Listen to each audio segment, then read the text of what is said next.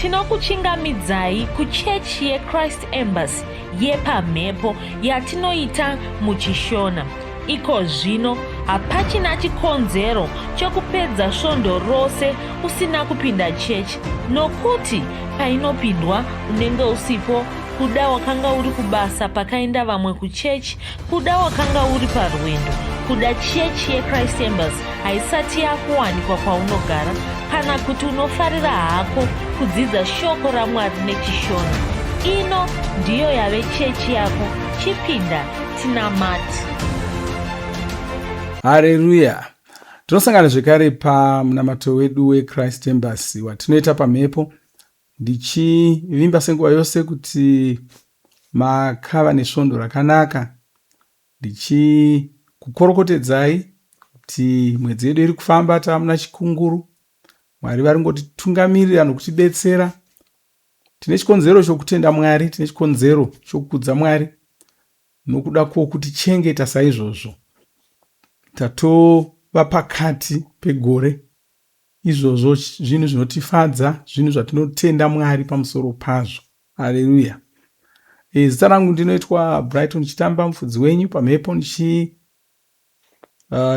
kutendai chose, ndichitenda mufudzi Chris nokuda kwekutipa mukana iwoyo kuti tigone kusangana saizvozvi, tichidzidza shoko raMwari, tichikurudzirana, tichisimbisana, Mwari vachitidetsera saizvozvo.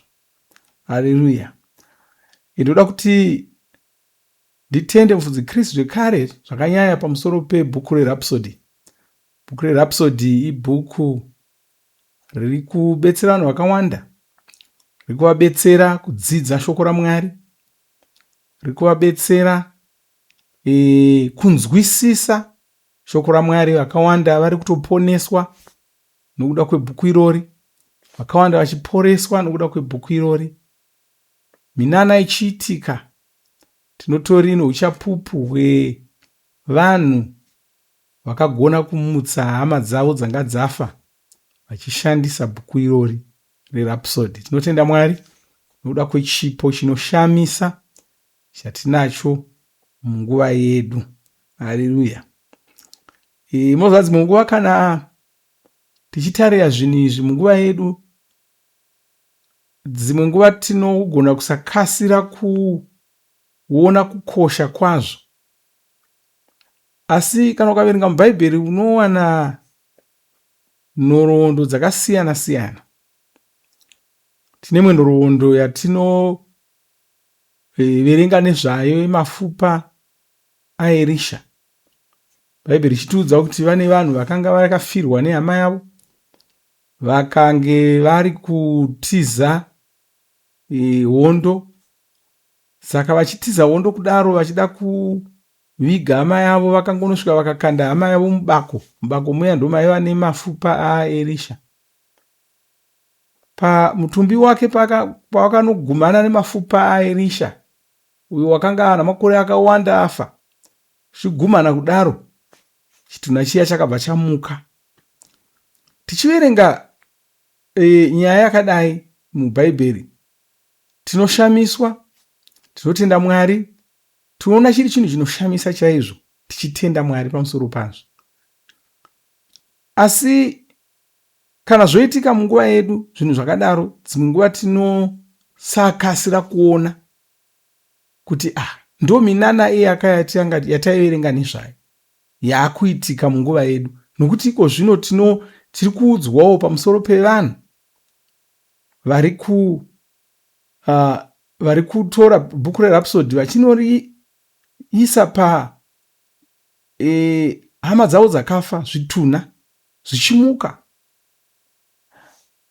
Hazvina kuitika kamwe, hazvina kuitika kaviri, zvakaitika kakawanda.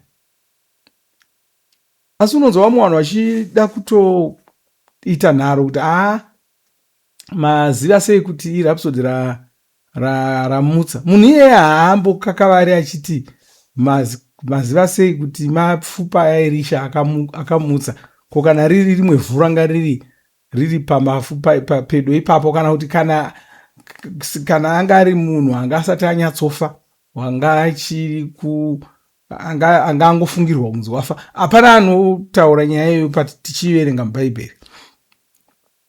Asi tichiona bhuku reRhapsody richiita zvinhu izvi, vamwe vanonetseka kuzvigamuchira.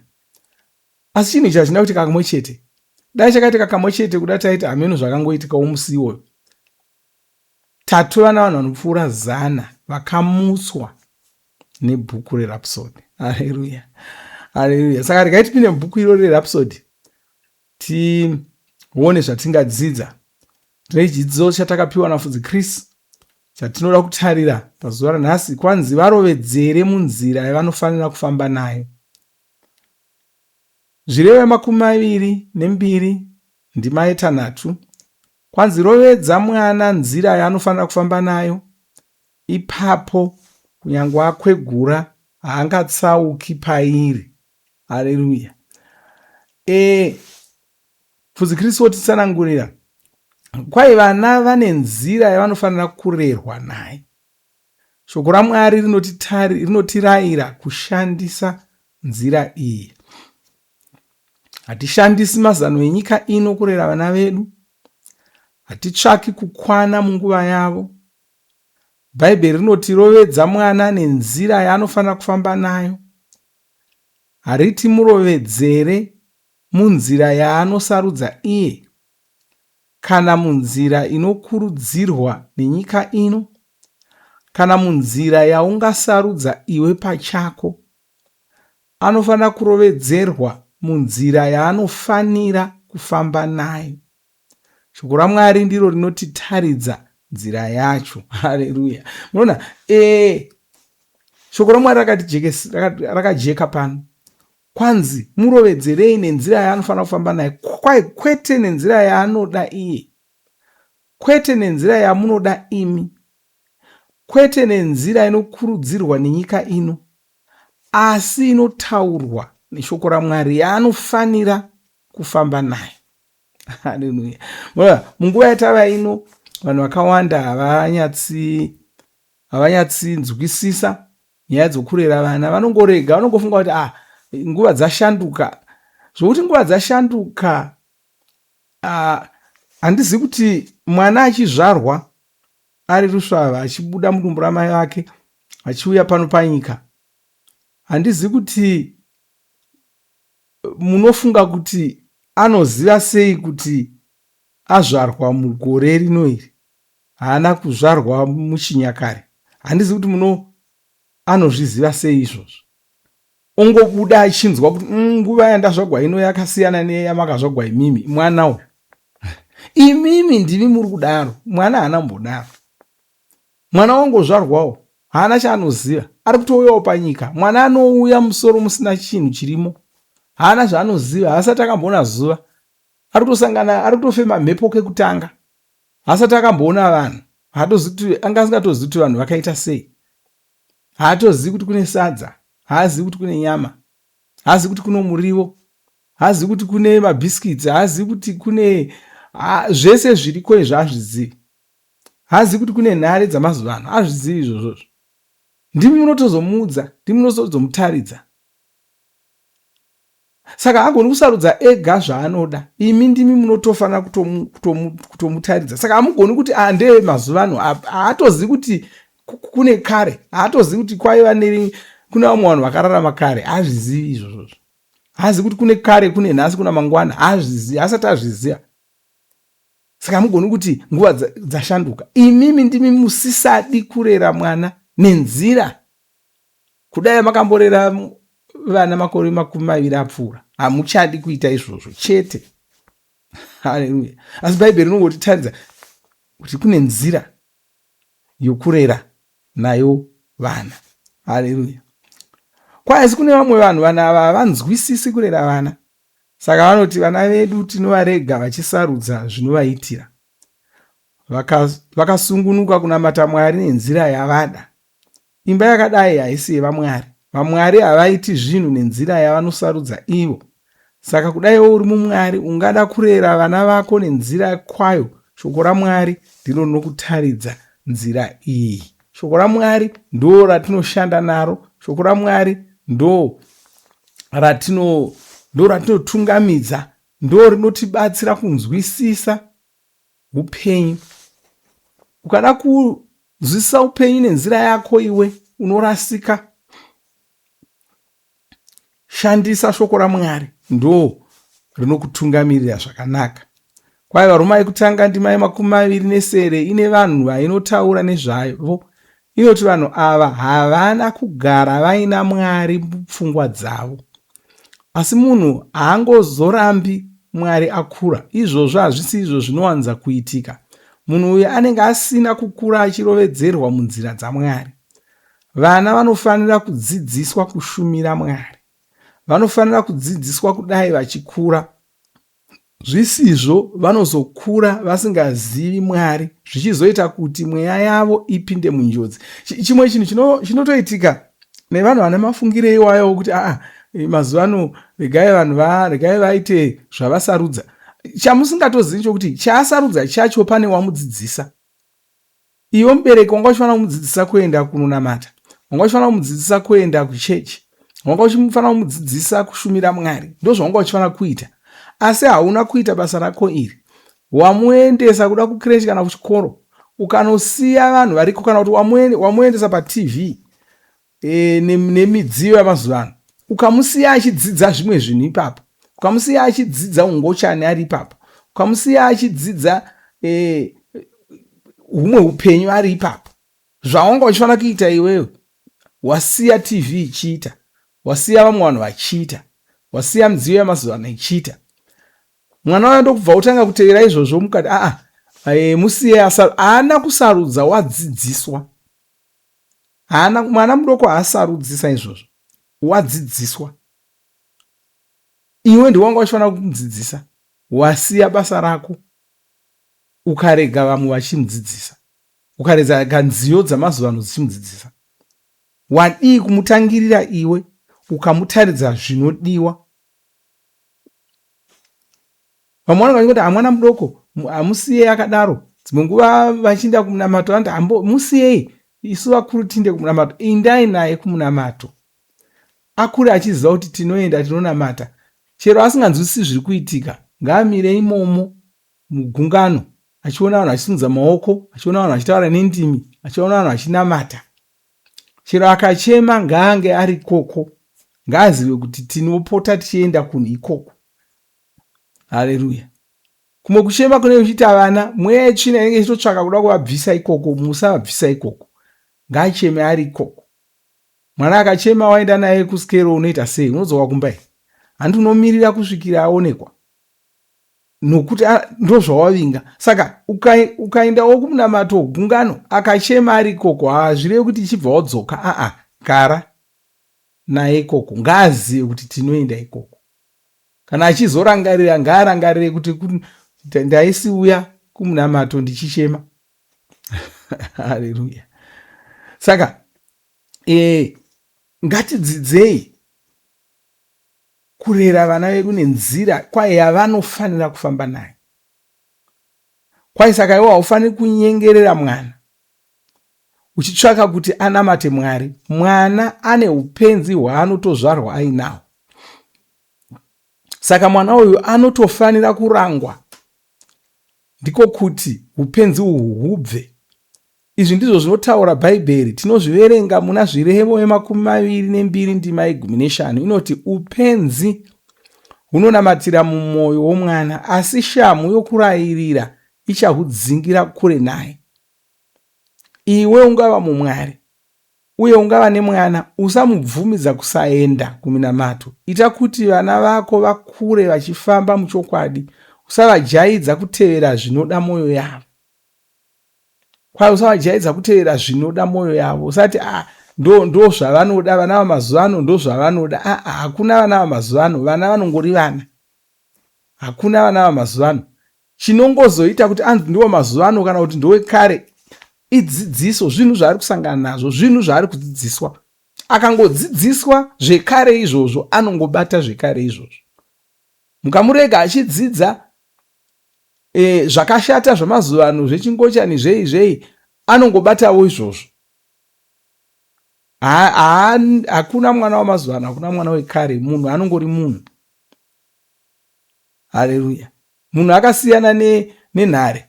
Iyi nhare yekare, nhare dzekare dzaisaenda paindaneti, nhare dzekare dzaisagona kuita zvakati, dzamazuva ano dzagona zvakati.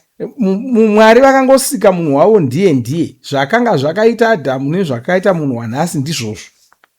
Ropa racho ndiroro, mapapu ndiwayo, mwoyo ndiwoyo, itsvo ndidzodzo, pfungwa dzake, uropi hwake ndihwohwo, meso, mino, muromo, nzeve, bvudzi, zvese ndizvozvo. Munhu anongori munhu. Saka anofanira kungodzidziswa zvinhu zvakanaka, otevera zvinhu zvakanaka. Uye handizi kuti chinganzi ndechekare pakunamata Mwari chii. Hapana chekare pakunamata Mwari. Haleluya. Hapana chekare pakunamata Mwari. Hapana zvinonzi zvakasara pakunamata Mwari. Kwai varovedzere munzira dzaMwari. Usapota uchivarega vachiita zvavanoda. Uye usatombovarega vachikujairira panyaya iyi. Kuti ndamusiya wanga asingadi kuuya kumunamato. Uye chimwe chinhu chaunofanira kungwarira ndechekuti musanonokera shamu. Nokuti vamwe vanosiya mwana achikura chachigondora ndopavamakuda kurova neshamu. Kana mukadaro matomukonewa. Garai mamutangirira ari mudiki.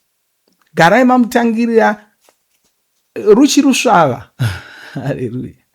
Ndochimwe chandakadzidza, mwana haafi nokurohwa neshamu. Haafi. Hakusi kurova kwekuda kumutsvinyira, kuda kumukuvadza, kuda kudii. Aiwa, kumurova kuda kumurayira, kungomurova kuda kuti azive zvisingadiwi nezvinodiwa. Uye kana ukatomutangirira ari rusvava, ari mudoko, hauzombofaniri kumurova zvakanyanyisa. Nemhaka yekuti achiri mudoko, unenge uchingoshandisa kashamuka diki kengomuchengetedzera, kungomuti chwachwa nokure. Iye obva atoona kuti izvi hazvidiwi izvi. Saka ukamutangirira saizvozvo, mumusoro make, nokuti panguva yaari kukura ipapa, ndo paari kudzidza zvinhu, ndo paari kudzidza upenyu, ndo paari kuona kuti izvi hazvidiwi, izvi zvinodiwa. Saka mumusoro make anobva atoziva kuti izvi hazvidiwi. Ukatomutangirira saizvozvo, hauzombofaniri kunyanya kushandisa shamu akura. Asi ukamutangirira chaachigondora, chaachindumure, chaachimunhu, ipapo ndopauda kutanga tsvaka zijamu rokumurova chaizvo, nokuti haachanzwi zvauri kuda kumuita izvozvo. Akutoona sokuti uri kumumanikidzira, akuona sokuti uri kumutsvinyira. Asi ukamutangira achiri mudiki, asati aane zero, anozongokura achiziva kuti apa picha, handito zvatinoita mwana. Tinomuti ari asina kana nezero rose, pisha, tichimudzidzisa kuti panopisa apa. Ongotokura achiziva kuti panopisa apa batu. Hatidzombofaniri kutombomurova neshamu kuti azive kuti panopisa apa batu. Pisha, otoziva kuti pisha ndizvozvo. Saka zvisingadiwiwo ndizvozvo. Izvi bodo. Kana akada kuita nharo, togwazhura nekashamu nokure. Atoziva. Hauzombofaniri kunyanya kushandisa shamu zvine mbiri kana ukaita saizvozvo. Anokura akungoziva. Anenge angoziva kuti kana ukangomuti hei, oziva kuti kashamu kaya kakuuya, otoregera. Nokuti mwana anofanira kunzwa kuchenjedzerwa, anofanira kunzwa inzwi romubereki wake. Kana akati mwana anofanira kuziva. Haleluya. Kwanzi unenge usiri kuvaomesera kana uchiita saizvozvo. Unenge uri kuita zvawakarayirwa naMwari. Vana ava vanozokura vari munzira dzaMwari. Havazombodzisii. Vanozokura mweya yavo iri mugwara rakanaka, vachizodzivirirwa kubva kunjodzi. Saka unenge uchitobatsira vana vako kuti vasazopinda munjodzi. Iwe hauna kurayirwa kungoyarusa vana. Vana vako vanofanira kukura vachiziva Mwari, vachishandisa shoko raMwari pakurarama kwavo, vachifamba munzira dzaMwari. Kurera vana nenzira iyi rinotova basa. Ndiro basa rawakapiwa naMwari. Unofanira kurikoshesa.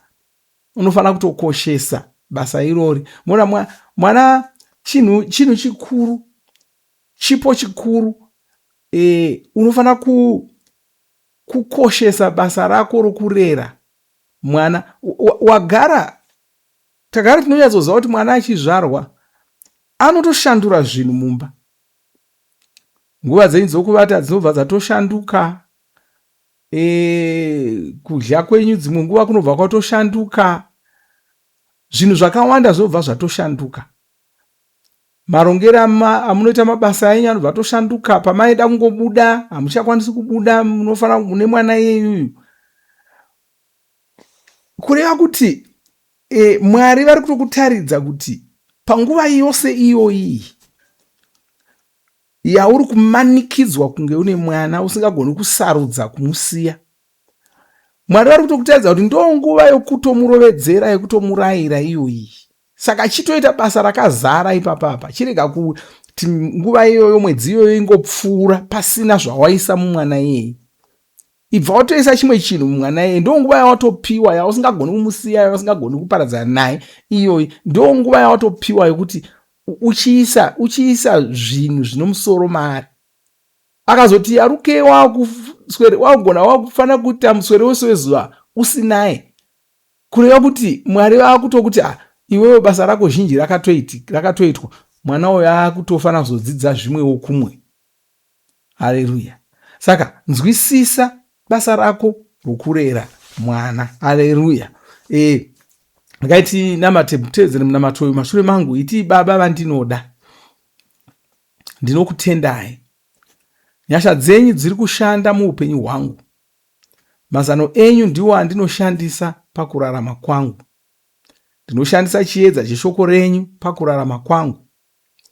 Chokwadi charo ndicho chandinoshandisa pakurera vana vangu, ndichivafarira asi ndisingavaregi vachindijairira. Imba yangu yakamira pashoko renyu. Vandinochengeta vose vanorovedzerwa mukururama, saka vanokura vachikuzivai muzita raJesu. Amen.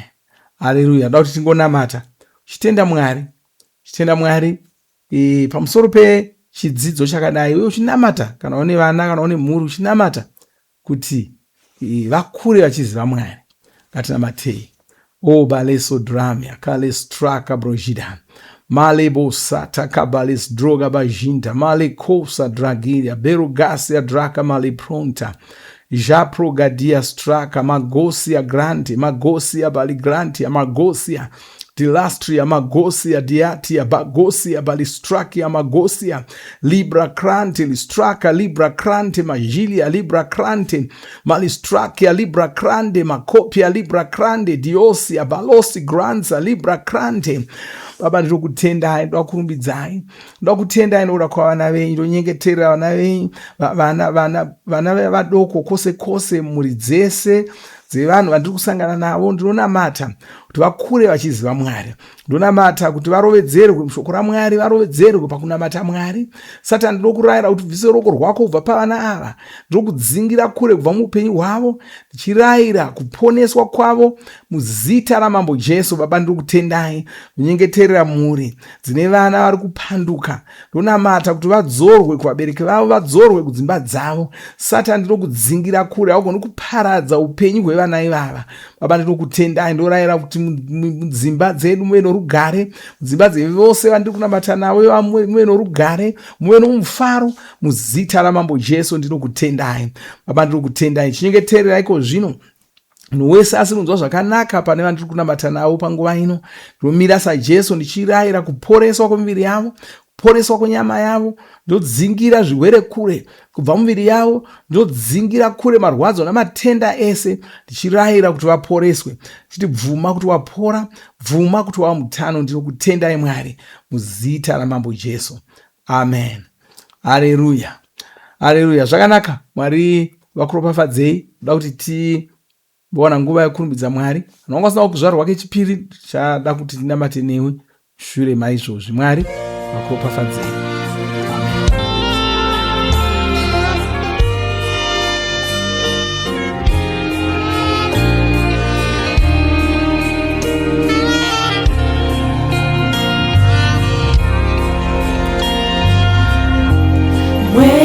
Wa Mwari ndimi muno yera simba la mwari, ndimi mnopa upenyu, mweya wa mwari, ndimi makarurama, ndimi baba wa mponesi, ndimi mnotonga zose, munyarazi yanenyasha wetaredu, murevereri arimatiri, vanotiratidza chokwadi, muchatonga nekusingaperi, pamunosvika imi, zvinhu zvose zvinobva zvatonaka. Ndimi Mwari wenyasha dzose, nemasimba ose pano, mweya waishe unoyera,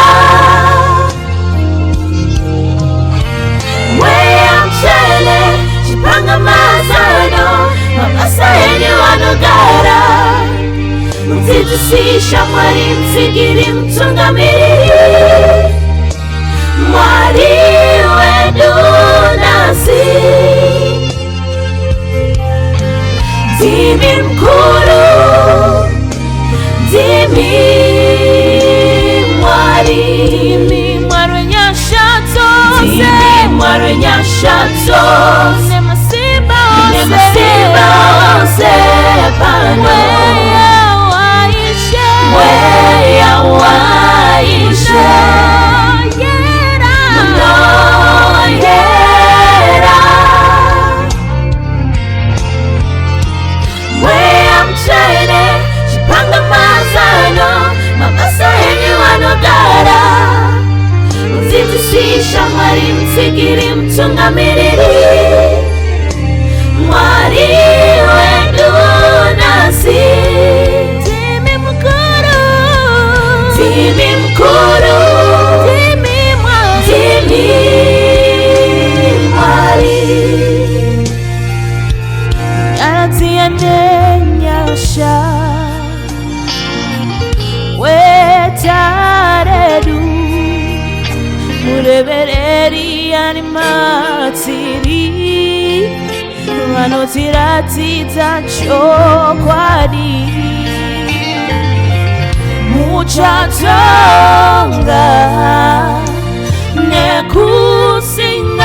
nekusingaperi, pamunosvika imi, zvinhu zvose zvinobva zvatonaka.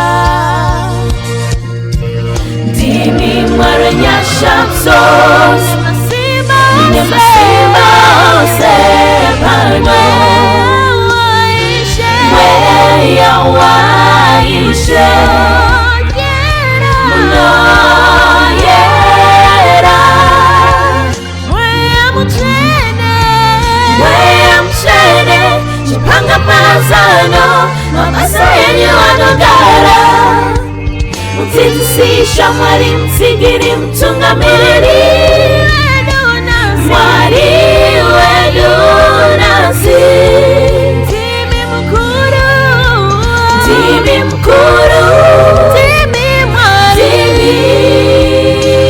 Mwari, ndimi mkuru, ndimi Mwari, ndimi mkuru, ndimi Mwari, ndimi mkuru, ndimi Mwari, ndimi mkuru, ndimi Mwari.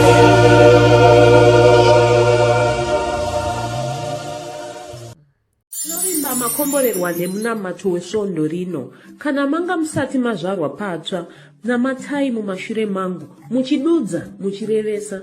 Taurai muchiti, Mwari vari kudenga, ndinouya kwamuri, ndinokoka Jesu kuti vapinde mumwoyo mangu. Ndinokumbira kuti Jesu vatonge upenyu hwangu. Ndinopupura kuti Jesu ndivo vavaishe wangu. Saka ndinogamuchira upenyu usingaperi mumweya mangu. Ndazvarwa patsva, ndava chisikwa chitsva. Ndinokutendai. Amen. Makorokoto mazvarwa patsva, tinokugamuchirai muchechi yeChrist Embassy. Titumirei zita renyu nekwamunogara. Munogona kutumira iri SMS kana WhatsApp pa 0772 166 928 kana kutuma tsamba pa shonaror@gmail.com. Muchida kupa mpiro yenyu neEcocash, rovai namba *151*2*6 *58225# motevera zvinenge zviri kutaurwa neEcocash ipapo. Kana muine nhare dzemazuva ano, munogona kushandisa KingsPay kupa mpiro yenyu. Shandisai kodi inoti TNIOG nemavara makuru. Tinoda kukuzivisai zvinotevera. Tinokurudzira kuti musadarikwe nezvidzidzo zveRhapsody. Zvidzidzei kuti shoko riwande mamuri, mugone kumirisana nezvinhu zvinonetsa muupenyu.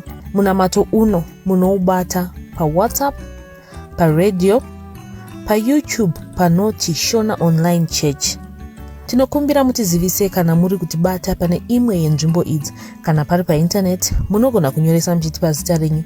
Kana pari paWhatsApp, tinyorerei tigopota tichikutumirai zvimwe zvidzidzo, kana kutitumira SMS pa 0772 166 928. Ivai nesvondo rakanaka.